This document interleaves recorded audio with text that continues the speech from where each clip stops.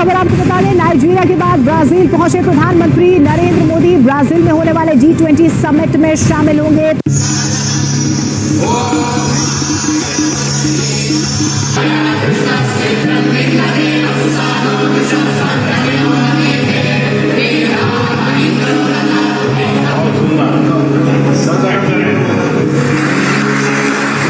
और 100 से ज्यादा इंडियन कंपनीज वहां बिजनेस करती हैं। प्रधानमंत्री नरेंद्र मोदी के लिए अंतर्राष्ट्रीय मंचों पर ब्राजील एक ताकतवर सहयोगी के तौर पर है, क्योंकि वहाँ पे उन्हें बहुत प्रोटोकॉल दिया जा रहा है, उन्हें रेड कारपेट पे वेलकम किया जा रहा है और उनके साथ मतलब ये बड़े बड़े बिजनेसमैन, दुनिया के बड़े बिजनेसमैन जो उनसे वो डिनर कर रहे हैं। फर्क क्या है हमारे प्राइम मिनिस्टर में और उनके प्राइम मिनिस्टर में?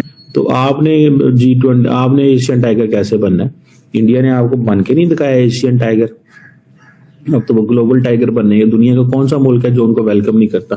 ठीक है, नरेंद्र मोदी को जिस तरह वेलकम किया गया अफ्रीका में, आप देखें ना, अभी ब्राजील में जिस तरह किया, उस ब्राजीलियन लीडरशिप जो है वो आती रहती है, इंडियंस वहां जाते रहते हैं। इंडिया पूरा ग्लोब कवर करता है। सब जब आप सेल्फ डिस्ट्रक्टिव मोड में हो तो भारत आपके ऊपर पैसे क्यों जाया करेगा? और दूसरा ये कि आपको वो पहले ही 100 साल का गैप दे चुके हैं, टेक्नोलॉजी में, सोच में, लीडरशिप में, हर चीज में, इकोनॉमी में। तो वो वो तो अब नाम भी नहीं लेते आपका, और लेना भी नहीं चाहिए मेरे ख्याल। अब ये इतने सालों के अंदर जो इंडिया है वो उसकी इकोनॉमी 3rd लार्जेस्ट इकोनॉमी बनने लगी है। तो इसके ऊपर जो व्हाट्सएप ग्रुप्स हैं कुछ, उसमें पाकिस्तान के, उसमें कुछ ये बात मुझे देखने को मिली कि ये जो है ये पाकिस्तान के लिए एक बहुत बड़ा खतरा है, पाकिस्तान की उसके लिए सिक्योरिटी के लिए, सॉवरेनिटी के लिए, तरक्की के लिए, और ये तो बड़ी ही अलार्मिंग बात है। हम लाते हैं टॉक शोज और अनलिमिटेड एंटरटेनमेंट सिर्फ YouTube पर। अगर आपने अभी तक हमारा चैनल सब्सक्राइब नहीं किया तो अभी सब्सक्राइब करें और बेल आइकॉन को क्लिक करके हमारी लेटेस्ट वीडियोस के बारे में अपडेट जानें। बड़ी हैरानी की बात है वैसे इसमें कि कोई कंट्री अगर तरक्की कर रहा है तो उसमें आपके लिए खतरा क्यों है? आपके लिए तो हाँ ये होना चाहिए कि भाई कितनी शर्मिंदगी की बात है, देखो वो कहां पर पहुंच गए, वो 3rd लार्जेस्ट इकोनॉमी बनने लगे हैं और हम देखो कहां पर खड़े हैं, हम नीचे से जो है वो शायद 3rd लार्जेस्ट या कौन सी बन चुके हैं। ये बात होनी चाहिए। मुझे ये समझ में नहीं आती कि कोई कंट्री आपका हमसाया वो तरक्की कर रहा है तो खतरा पैदा हो जाए आपके लिए। ये किस किस्म की सोच है? और क्योंकि अगर वो 5th लार्जेस्ट बनकर आपसे जंग नहीं करना चाहते, तरक्की करना चाहते हैं, तो वो 3rd लार्जेस्ट बन के आपसे जंग क्यों करना चाहेंगे? आपकी सिक्योरिटी सॉवरेनिटी को खतरा क्यों होगा? उसी सूरत में होता है ना जब जंग का खतरा हो, हमले का खतरा हो, तो वो अपनी सारी ये करके ही तरक्की वहां पे पहुंच के वो कहेंगे लो भाई अब ये सब दाव पे लगा दो और हमला कर दो इन पे। और हमला करने की आप सोच दें, मैं आपको दिखाऊंगी, जरा नेक्स्ट प्रोग्राम करते हैं उसके पर, जो जाहिलियत की फैक्ट्रियां खुली हुई है ना गली गली, वो उस पर बात करेंगे नेक्स्ट। सबसे इम्पोर्टेंट चीज ये है वो है ट्रम्प साहब की, ट्रम्प कह रहा हूँ, बाइडेन साहब की आई थिंक नरेंद्र मोदी से G20 में मुलाकात होगी, शी जिनपिंग से भी होगी। ठीक है जी, बड़े अच्छे ताल्लुकात हैं, बड़ा जबरदस्त है। अब ये जो ब्राजील के अंदर G20 की मीटिंग हो रही है, ये बड़ी इंटरेस्टिंग मीटिंग है क्योंकि इसमें जो थीम्स बड़े इंपॉर्टेंट, जारी बात है, एक तो हमेशा थीम होता है कि सोशल इंक्लूजन की बात होनी है, इनके ऊपर काम करना है। आपको पता है पाकिस्तान तो ऐसी फोरम्स में नहीं जाता और ना हमें बुलाया जाता, ना हमारे वज़ीर आज़म साहब कह रहे थे कि अगर हम हुकूमत में होते तो हमने G20 में होना था।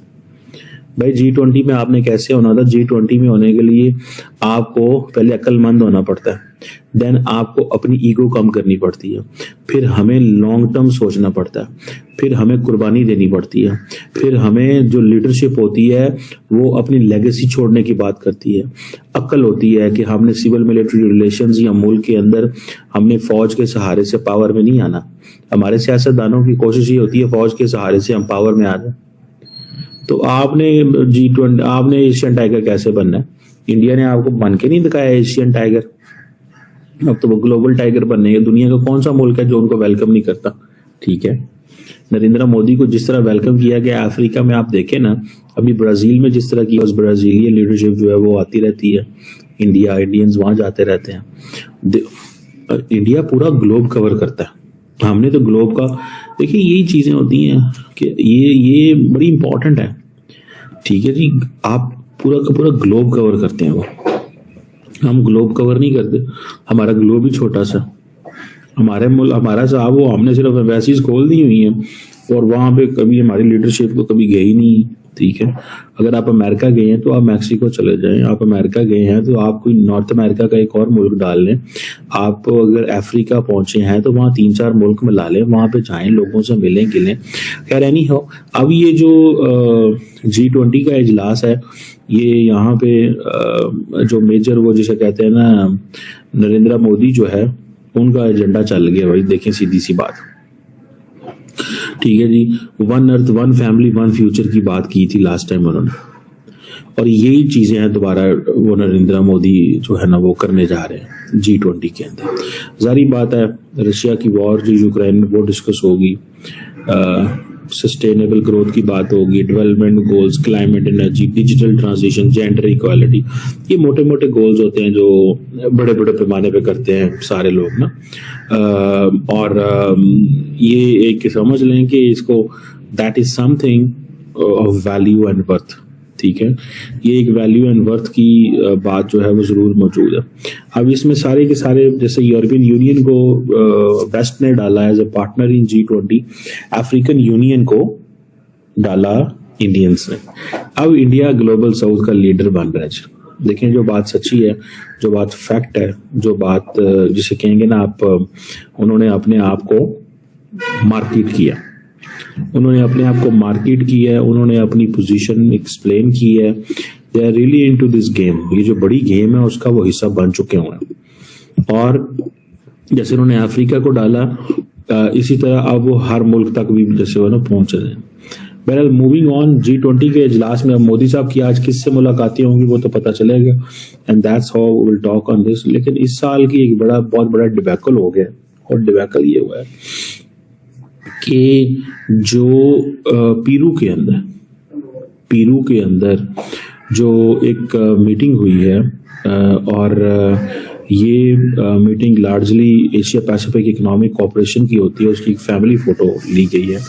उसमें अमेरिकी सदर जो बाइडेन बड़े बुरे तरीके से पिछली लाइनों पे खड़े हुए हैं। अच्छा, वो क्या है कि अब वो लोग उसको बड़ा क्रिटिसाइज कर रहे हैं, चाइनीज आगे खड़े हुए हैं, ठीक है जी, और बाकी लोग लीडरशिप भी आगे खड़ी हुई है, साउथ कोरिया, इंडोनेशिया, पेरू, ठीक है, ये लोग आगे खड़े हुए हैं। कैनेडियन प्राइम मिनिस्टर, ब्रुनाई के बादशाह, ऑस्ट्रेलियन प्राइम मिनिस्टर अल्बानीज आगे खड़े हुए हैं, और जो बाइडेन साहब हैं वो पिछली लाइन पे खड़े हुए हैं। वहां पे सिंगापुर के सदर हैं, और रशियन मेरा है डेप्टी प्राइम मिनिस्टर है, और कुछ एशिया पैसिफिक के कुछ और लोग हैं। जबकि 2023 की जब सैन फ्रांसिस्को की हुई है तो उसमें जारी बात है इंडिया वो खुद खड़े हुए थे, and that was like different thing.